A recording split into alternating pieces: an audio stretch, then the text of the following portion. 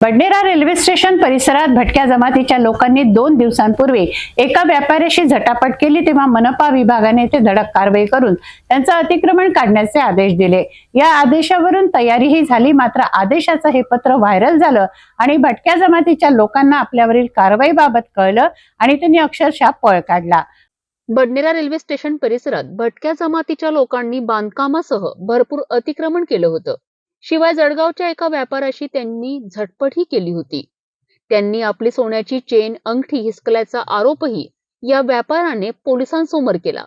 12 डिसेंबरच्या रात्री 11 वाजता भटक्या लोकांनी अवैध बांधकाम केल्याने ते बडनेरा पोलिसांच्या बंदोबस्तात काढण्याचं मनपा प्रशासनाने पत्र काढलंय।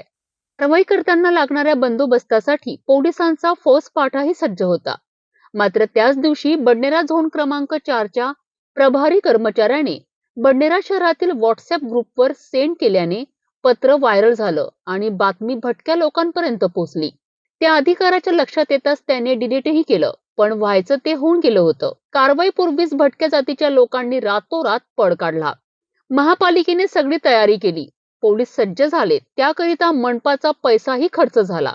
बेजबाबदारपणे वागणाऱ्या मनपाच्या गोपनीय आदेश पत्राची कॉपी मनमानीपणाने व्हायरल करणाऱ्या त्या मनपा कर्मचारी विरुद्ध मनपा उपायुक्त वासनकर चौकशी करून कारवाई करणार का, याकडे आता सर्वांचं लक्ष लागलं आहे।